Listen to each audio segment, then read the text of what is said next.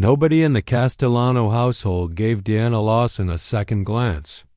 And honestly, that was exactly how she wanted it. To them, she was just the help, quiet, reliable, always where she needed to be and never where she wasn't. She kept her head down, wore her uniform neat, and moved through those marble hallways like a ghost. The Castellanos didn't see her. They looked right through her every single day.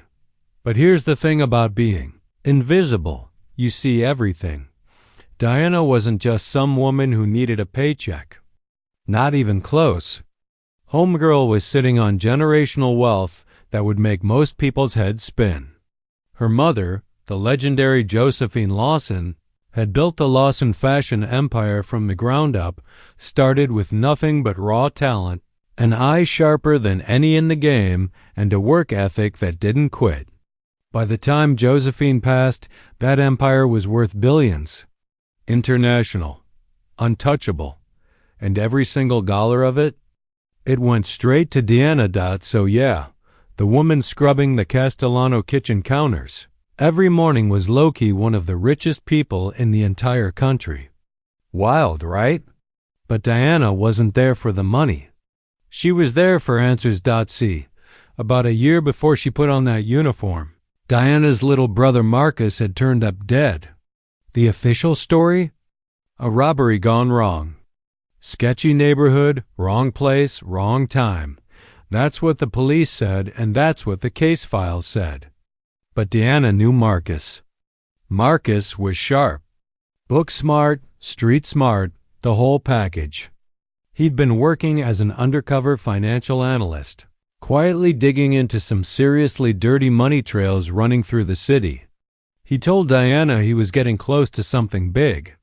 And then 2 weeks later, he was gone. No real investigation. No real answers. Just a closed case and a whole lot of silence from people who should have been talking. Diana didn't buy it for a second. She did her own digging, and every trail she followed eventually led her to one name, Castellano. Specifically, Roberto Castellano, the head of the family, whose legitimate businesses were apparently not so legitimate after all. Word on the street, the kind of word that don't make it into newspapers, was that Roberto had people handled when they got too close to his financial secrets. And Marcus had gotten very, very close. So Diana did what any brilliant, calculated woman with unlimited resources and zero interest in playing games would do. She engineered her own way in. She created a simple background, applied for the housekeeper position, and got hired within a week. Nobody ran a deep enough check. Nobody thought to.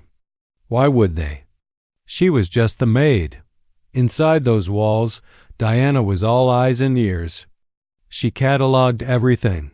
Who visited? What was said in rooms people assumed were empty, where documents were kept. And how Roberto operated when he thought no one important was watching. She was patient. Never rushed. Never sloppy. Because Diana understood something that Vivian Castellano and her whole crew never would. Real power doesn't announce itself. It waits.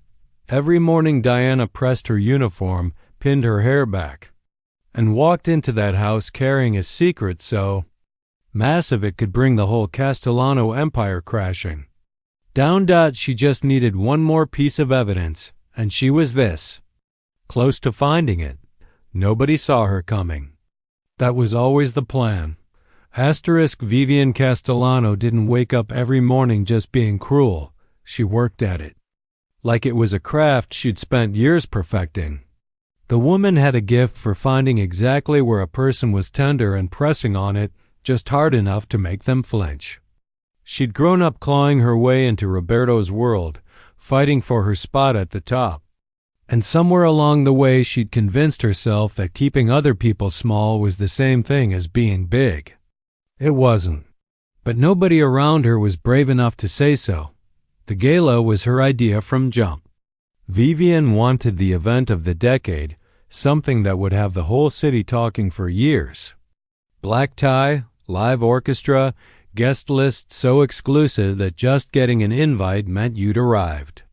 Politicians, crime royalty, celebrities, business moguls. She wanted them all packed into her ballroom, drinking her champagne and confirming what she needed to believe every single day. That she was the one. That she was untouchable. Planning that party had Vivian moving through the house like she owned the air inside it. Which, to be fair, she thought she did. It was a Tuesday afternoon when it happened. Diana was in the main sitting room, quietly arranging fresh flowers near the window, doing her job, staying invisible, staying in her lane like always. Vivian swept in with 3 of her girlfriends, the kind of women who laughed too loud and never picked up a tab. They were going over the guest list, names being tossed around like currency.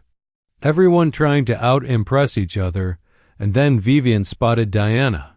Something shifted in her face. That particular kind of look that mean girls never really grow out of, no matter how much money they get. She reached into the folder her assistant was carrying, pulled out one of the gold-trimmed gala invitations, and walked it over to Diana with a smile that didn't reach her eyes. "Here, honey," Vivian said, loud enough for the whole room to hear. "Why not? Everyone deserves a little fantasy." The room cracked up. Her girlfriends nearly fell over themselves laughing, clutching each other, covering their mouths, the whole dramatic performance. It was mean girl behavior at its most basic level, dressed up in designer clothes and dripping in diamonds. The joke was simple and ugly. Someone like Diana didn't belong at an event like that. The invitation wasn't a gesture, it was a punchline. And Diana was supposed to be the butt of it, but Diana didn't flinch, didn't laugh along nervously, didn't look at the floor. She looked directly at Vivian, took the invitation with a steady hand, folded it once, crisp and clean, and tucked it carefully into the front pocket of her apron. "Thank you, Mrs. Castellano," she said, calm, polite, unbothered. That was it. No reaction. No emotion. Nothing to feed on. Vivian stood there for half a second, expecting something more. Embarrassment, gratitude, maybe tears. She got none of it. So she laughed it off, turned back to her friends, and kept moving. She wrote Diana's composure off as the quiet acceptance of someone who knew their place. She couldn't have been more wrong if she tried, because the moment Diana tucked that invitation away, something locked into place behind her eyes. Not anger, something colder and more focused than anger. A decision. Vivian had just handed Diana the perfect stage dot, and Diana already knew exactly what she was going to wear. Asterisk. Diana went home that night and sat in the kind of silence that had nothing to do with being quiet. It was the silence of a woman whose mind was moving 1,000 miles a minute while her face stayed completely still. She set the gold-trimmed invitation on her kitchen table, smoothed it flat with her fingers, and looked at it for a long moment. Then she picked up her phone and made exactly one call. One call. That's all it took when you had Diana Lawson's kind of resources. The person on the other end picked up before the second ring. Her personal stylist, a man named Andre who had dressed royalty, walked red carpets on 6 continents, and whose waiting list was 2 years long, answered like he'd been expecting her. Because honestly, he probably had been. Andre knew Diana better than most people alive. He knew that when she called like this, calm and deliberate and choosing every word carefully, something major was in motion. She told him the date. She told him the dress code. And then she told him which dress. Andre went quiet for a second. "You sure?" he asked. "I'm sure," Diana said. That was the whole conversation. Within 48 hours, a private jet touched down carrying Andre, a full glam team, 2 personal security members, and a temperature-controlled case holding the most important piece of clothing Diana owned. The dress her mother Josephine had designed with her own hands years ago, a one-of-a-kind masterpiece that had never been worn by anyone, never been photographed, never been shown publicly. Josephine had created it and told Diana to save it. Not for a wedding, not for an award show, not for any ordinary occasion. She said Diana would know the moment when it came. The dress was worth $2 million. But its real value had nothing to do with money. Andre and his team got to work quietly and efficiently. No social media, no leaks, no noise. Diana wasn't about to let a single whisper get back to Vivian before the night arrived. The preparation was airtight. Everything handled behind closed doors. The way Diana handled everything that actually mattered. But the dress was only half of what Diana was preparing, because while Andre was doing his thing, Diana was doing hers. She had one final piece of unfinished business inside the Castellano estate, and the days leading up to the gala gave her the perfect cover to finish it. With the household running wild getting ready for the party, decorators coming in and out, caterers doing walkthroughs. Vivian too consumed with her own reflection to notice anything else. Diana moved through the chaos like she was invisible.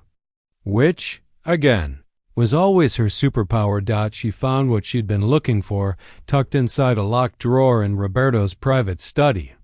Financial documents, transfers, names, dates, amounts, a paper trail so clean and so damning it would make a federal prosecutor's entire career. The connection between Roberto Castellano and the series of payments made in the weeks surrounding Marcus's death. The proof she'd come for. The reason she'd pressed that uniform every morning and swallowed her pride, and played a role for months on end. She photographed everything. Sent the files to 3 separate secure locations. And then she placed the originals right back where she found them, closed the drawer, and walked out of that study like she'd just been dusting the shelves. By the time the night of the gala arrived, Diana wasn't just ready to walk into that ballroom. She was ready to burn the whole thing down, gracefully. The night of the gala. The Castellano estate was doing the absolute most. Everything was draped, lit, and arranged within an inch of its life. Flowers that cost more than most people's rent. Chandeliers throwing golden light across a room full of people who all wanted to be seen and none of whom wanted to be outshone. The orchestra was playing something soft and expensive in the corner. Waiters floated through the crowd with champagne flutes that never seemed to empty. Vivian had outdone herself and she knew it. You could tell by the way she worked the room, touching every arm, accepting every compliment like she was collecting them. Everything was going exactly according to her plan. And then the energy at the front. Entrance shifted. It started small, the way these things always do. A murmur near the door. A few heads turning. Then a few more. Then the kind of ripple that moves through a crowded room when something happens that nobody was prepared for. The orchestra didn't stop playing, but somehow the music felt further away. Conversations trailed off mid-sentence. Champagne glasses paused halfway to lips. Diana Lawson stepped through that door and the room forgot what it was doing. She didn't rush. Didn't look around nervously or scan the crowd for familiar faces. She walked in like she'd designed the building herself and was simply returning to check on it. The $2 million gown moved with her like it had been waiting its whole existence for this exact moment, which, in a way it had. The craftsmanship was otherworldly. The kind of dress that didn't just turn heads but rearrange something in people's chests when they saw it. Josephine Lawson had poured everything she had into that piece and every inch of it showed. Diana's glam was flawless. Understated in the way that only truly expensive things can afford to be. No over-the-top jewelry competing for attention. No dramatic makeup screaming for validation. Just a woman so completely herself that the $2 million dress almost felt like the least interesting thing about her. To security. Guys near the entrance moved to intercept her. Standard procedure for an unscheduled arrival. Diana didn't break her stride. She simply opened her clutch, produced the gold-trimmed invitation, and held it out with the kind of calm that made the security guys feel like they were the ones in the wrong place. They stepped aside. Of course they did. She walked into the ballroom, and that's when it really hit. Whispers started, spreading through the crowd like wildfire in a dry summer. Because the people in that room, the real ones, the ones with actual power and actual connections, they started recognizing her.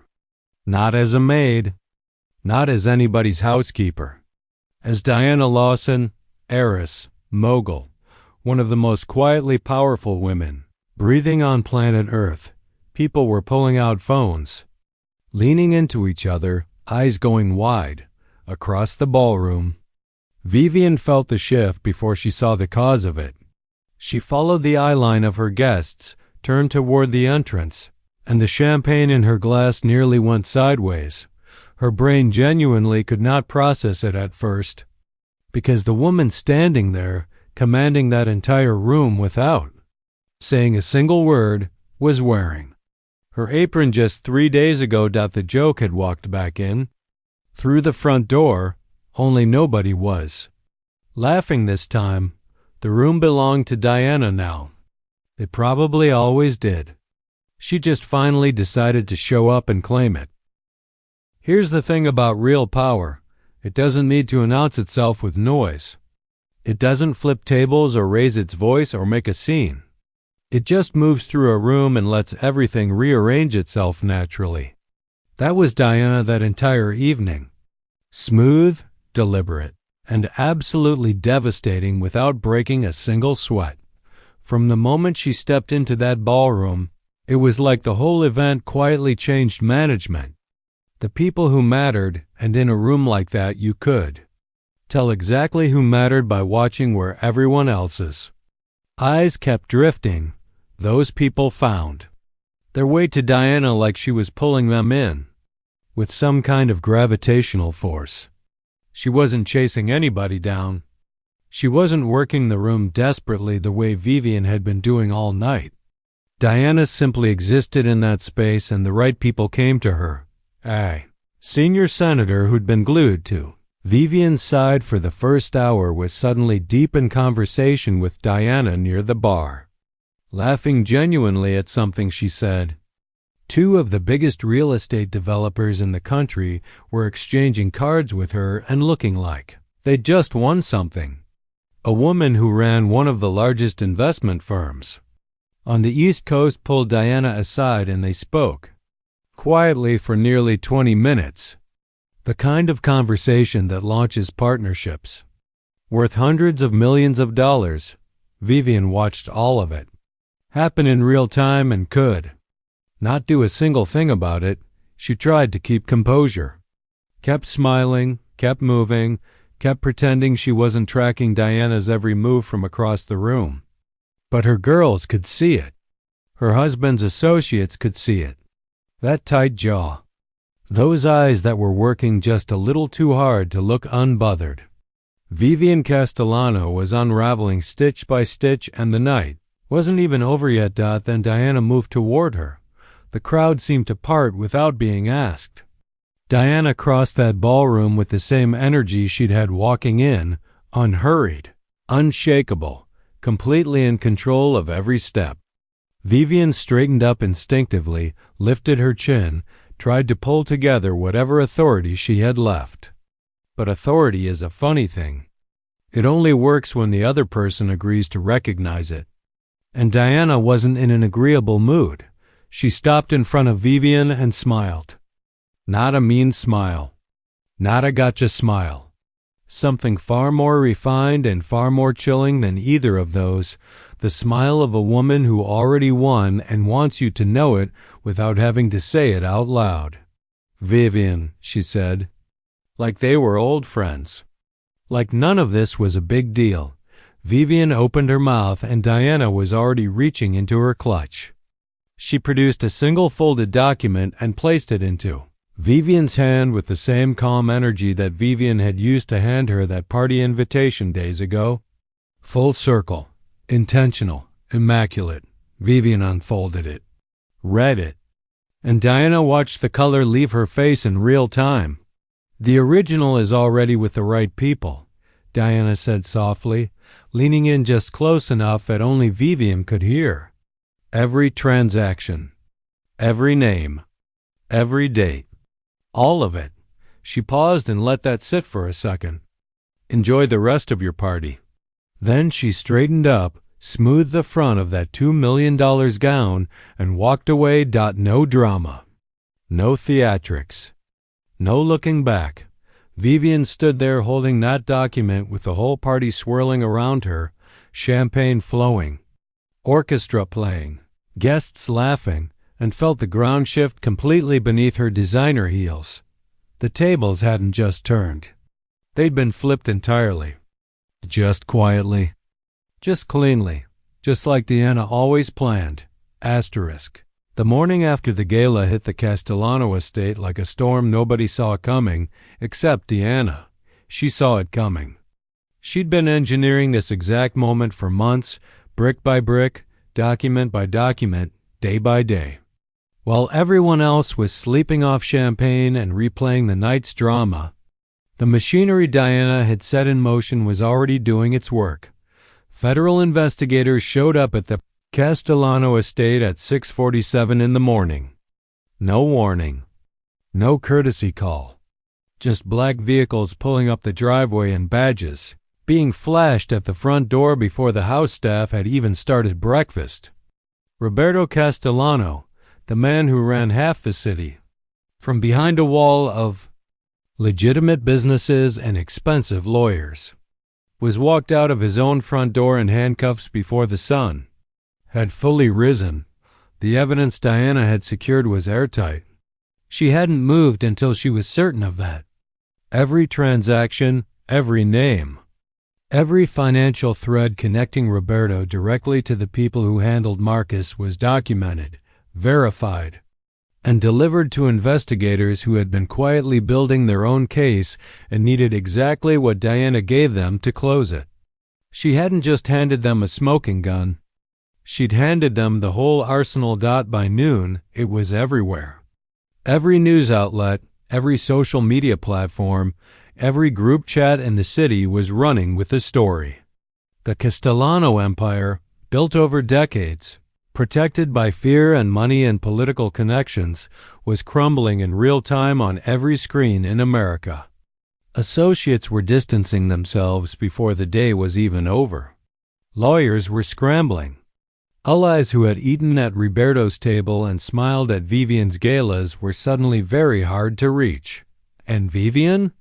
Vivian Castellano woke up that morning as the queen of her world and went to bed that night as a woman watching everything she'd built her identity around get dismantled piece by piece. The social standing she'd fought for, the power she'd weaponized against people she considered beneath her, the carefully constructed image she'd maintained, all of it evaporating faster than she could process. The invitations stopped. The phone calls dried up. The women who had laughed beside her when she handed Diana that invitation were suddenly nowhere to be found. That's how that world works. It's loyal to power and power only. She finally understood, too late, the way people always understand these things, that the woman she'd humiliated in front of a room full of people had never been beneath her. Not for a single second. Diana hadn't been surviving in Vivian's world. She'd been moving through it with a purpose Vivian wasn't equipped to recognize, because she'd never bothered to look past the uniform. Meanwhile, Diana was already gone. No press conference, no interviews, no social media posts soaking in the victory. That wasn't her style and never had been. By the time the story was breaking across every news channel, Diana was at a private airfield, boarding her jet with Andre and her small team. The gown packed carefully in its case like the weapon it had been. She sat by the window as the plane lifted off and looked out at the city getting smaller below her. She thought about Marcus, about her mother, about every morning she'd pressed that uniform and walked into that house carrying the weight of what she knew and the patience of what she was waiting for. Justice wasn't loud. It didn't celebrate itself. It just arrived. exactly on time, dressed impeccably, and then it moved on to the next thing. That was Diana Lawson. Always had been. Always would be. Some people make noise to feel powerful. Diana made moves to be it. Asterisk.